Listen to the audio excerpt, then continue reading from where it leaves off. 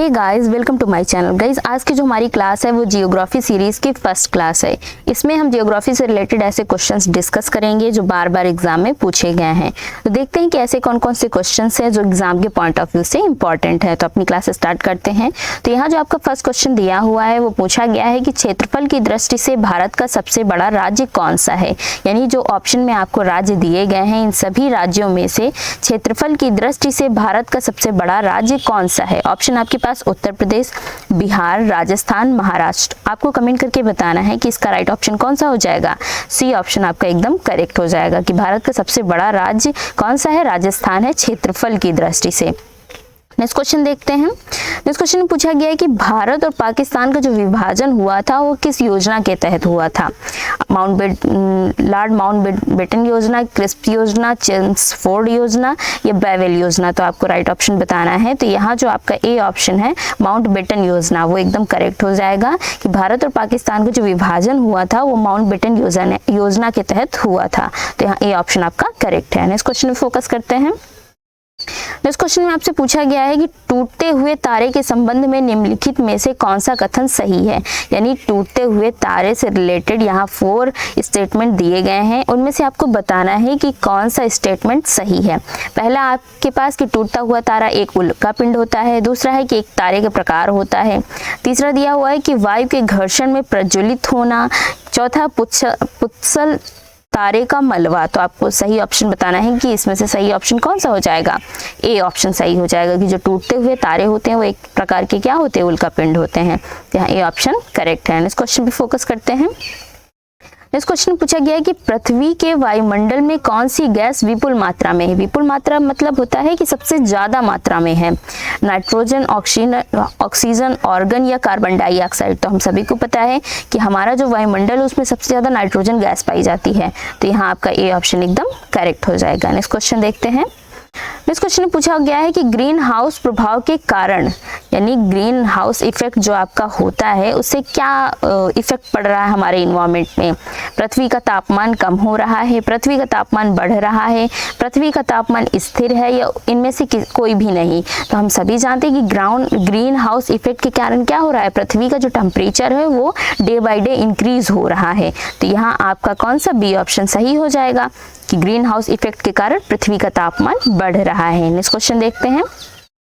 Next question पूछा गया है कि निम्नलिखित में से कौन सी झील दुनिया की प्राचीनतम और सर्वाधिक गहरे ताजे पानी की झील है। तो आपको सही ऑप्शन बताना है। ऑप्शन आपके पास तितिकाका झील, दूसरा है बैकाल झील, चिल्का झील या सुपीरियर झील। तो आपको बताना है कि इनमें से कौन सी झील दुनिया की प्राचीनतम और सर्वाधिक गहरे ताजे पानी की झील है। तो यहाँ आपका बी ऑप्शन सही हो जाएगा। यही अगर आपसे मीठे पानी की झील पूछता तो सुपीरियर झील सही हो जाता। तो इस क्वेश्चन के भी यहाँ पे आपका बी ऑप्शन एकदम करेक्ट है। नेक्स्ट क्वेश्चन देखते हैं। नेक्स्ट क्वेश्चन पूछा गया कि अधिकेंद्र, यानी अधिकेंद्र जो वर्ड है वो किससे रिलेटेड है।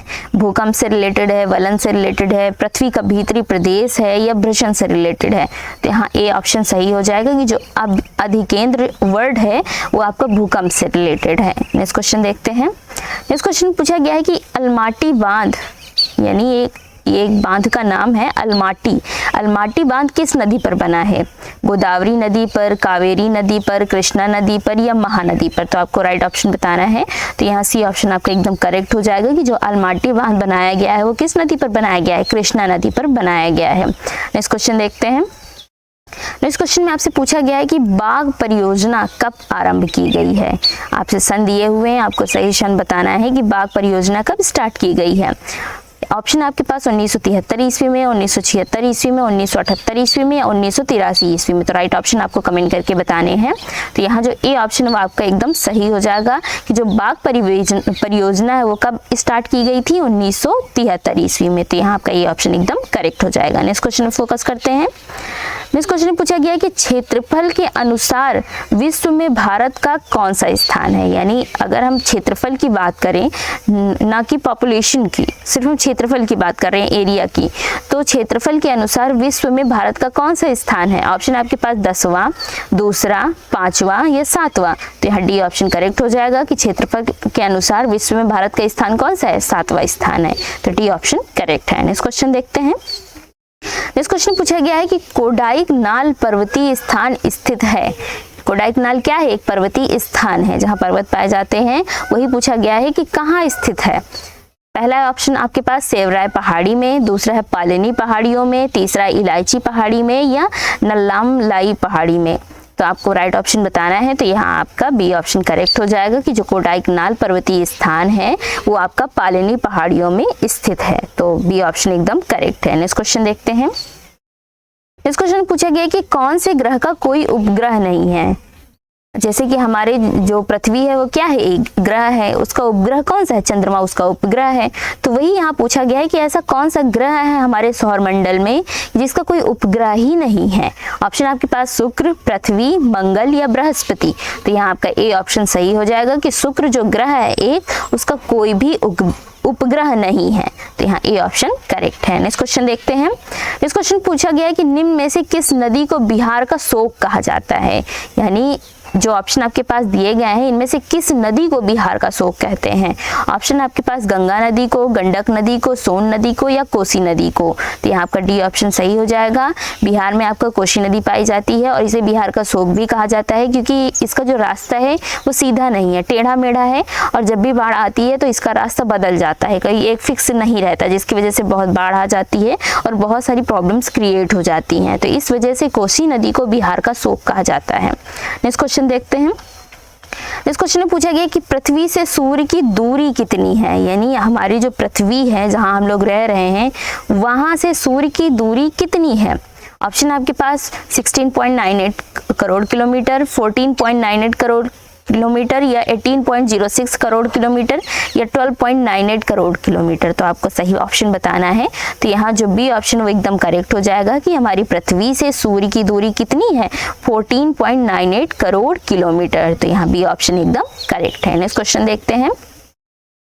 नेक्स्ट क्वेश्चन पूछा गया कि बब्बर शेरों का अभ्यारण्य है। ऑप्शन आपके पास काजीरंगा, गिर, केवलादेव या मानस। तो यहाँ आपका बी ऑप्शन सही हो जाएगा कि जो गिर है वो क्या है? बब्बर शेरों का अभ्यारण्य है।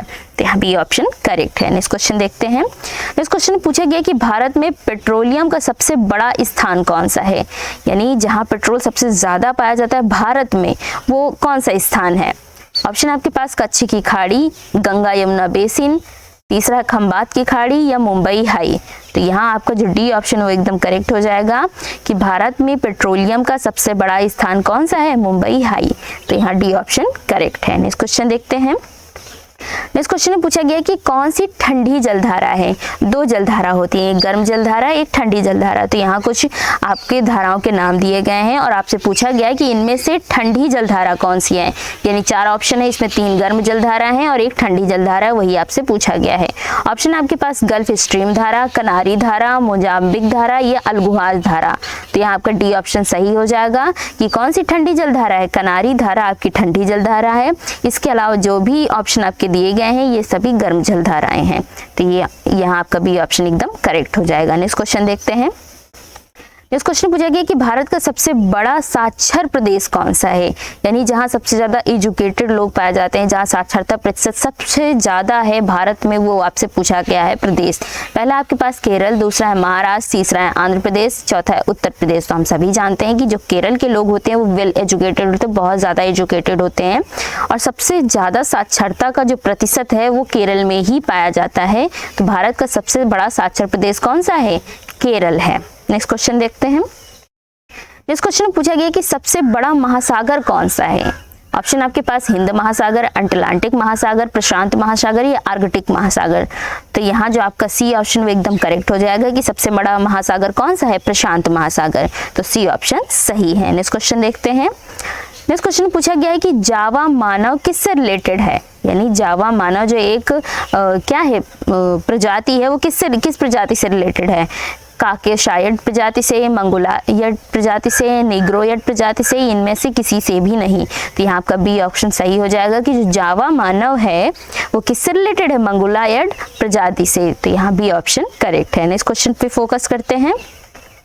नेक्स्ट क्वेश्चन में पूछा गया कि समुद्र समीर कैसे बनती, मतलब कब बनती है, समुद्र समीर जो बनती है वो कब बनती है, दिन के समय बनती है, रात के समय बनती है, दोनों टाइम पे बनती है, या मौसमी यानी मौसम के अकॉर्डिंग बनती है। तो यहाँ आपका ए ऑप्शन सही हो जाएगा कि समुद्र समीर बनती है वो दिन के समय बनती है। तो यहाँ ए ऑप्शन करेक्ट है। नेक्स्ट क्वेश्चन देखते हैं। नेक्स्ट क्वेश्चन पूछा गया कि निम्न में से कौन सा भारत के पूर्वी तट का एक मुख्य बंदरगाह है। यानी यहाँ 4 ऑप्शन दिए गए हैं और आपसे पूछा गया है कि भारत का पूर्वी तट जो है उसका एक मुख्य बंदरगाह कौन सा है, कांडला, विशाखापत्तनम, करिकल या पांडिचेरी।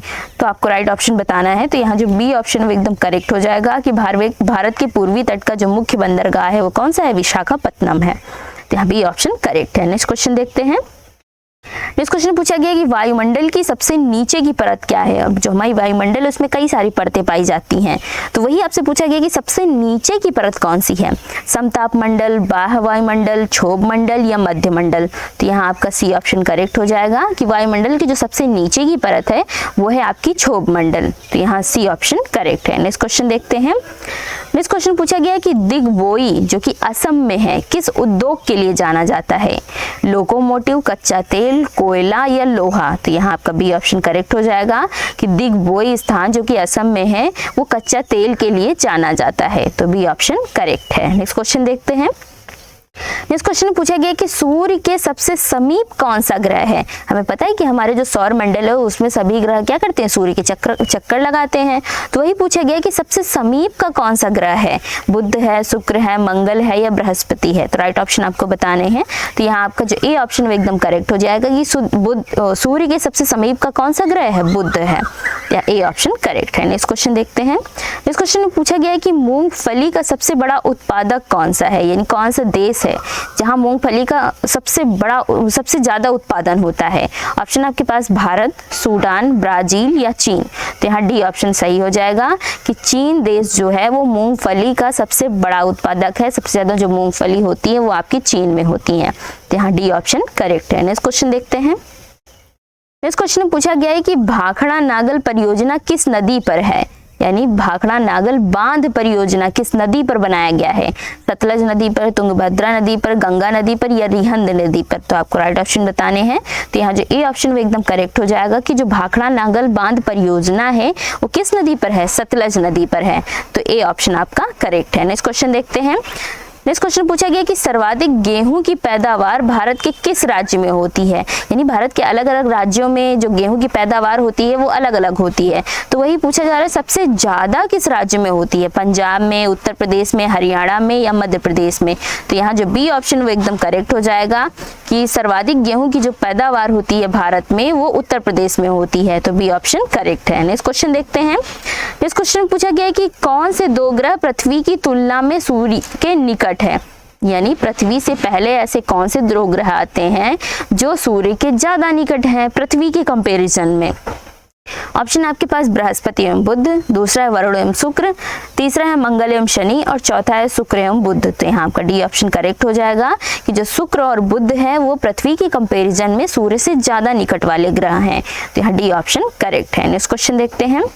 इस क्वेश्चन में पूछा गया कि पृथ्वी अपनी धुरी पर एक चक्कर पूरा करती है, यानी पृथ्वी अपनी धुरी पर हम ये जानते हैं कि जब सौर मंडल में जो पृथ्वी है वो सूर्य की चक्कर तो लगाती है, लेकिन अपनी धुरी पर भी वो घूमती रहती है, यानी अपने स्थान पर भी वो चक्कर लगाती रहती है। तो वही आपसे पूछा गया है कि पृथ्वी अपनी धुरी पर एक चक्कर पूरा करने में कितना समय लेती है, 23 घंटे 30 मिनट, 23 घंटे 56 मिनट एंड 4.09 सेकेंड, 24 घंटे 1 मिनट या 23 घंटे 50 मिनट एंड 2.06 सेकेंड।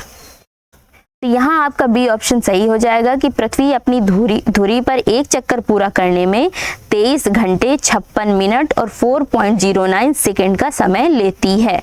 तो यहाँ बी ऑप्शन करेक्ट हो जाएगा। तो आज के वीडियो में हमने 30 क्वेश्चंस डिस्कस किए हैं। आप सभी ने देखा होगा कि यहाँ साइड में मेंशन भी है कि ये सभी क्वेश्चंस किसी न किसी एग्जाम में पूछे गए हैं, बार बार रिपीट हुए हैं, तो ये सभी आपके लिए बहुत इंपॉर्टेंट हो जाते हैं। तो एक बार रिवाइज कर लीजिएगा। मिलते हैं नेक्स्ट वीडियो में। अगर आपको ये वीडियो अच्छा लगे तो प्लीज़ वीडियो को लाइक कर दीजिए और चैनल को सब्सक्राइब कर लीजिए। नेक्स्ट वीडियो में हम इसका नेक्स्ट पार्ट डिस्कस करेंगे। फिलहाल आपकी ज्योग्राफी की सीरीज चलेगी। हिस्ट्री की सीरीज कंप्लीट हो गई है, जिसकी प्लेलिस्ट आपको प्लेलिस्ट में जाके मिल जाएगी। और उसकी जो आपको लिंक है वो भी आपको डिस्क्रिप्शन में मिल जाएगा। तो अगर आप हिस्ट्री की भी प्रिपरेशन कर रहे हैं, किसी भी कॉम्पिटिटिव एग्जाम की प्रिपरेशन कर रहे हैं, तो उस सीरीज़ को जरूर कंप्लीट देख लीजिएगा, क्योंकि उसमें मैंने सभी इंपॉर्टेंट क्वेश्चंस ही बताए हुए हैं। जब आप एक बार पढ़ेंगे तो आपको खुद ही रियलाइज़ हो जाएगा। तो मिलते हैं नेक्स्ट वीडियो में एक न्यू अच्छे क्वेश्चंस के साथ। इस वीडियो को देखने के लिए आपका बहुत बहुत धन्यवाद। Thank you.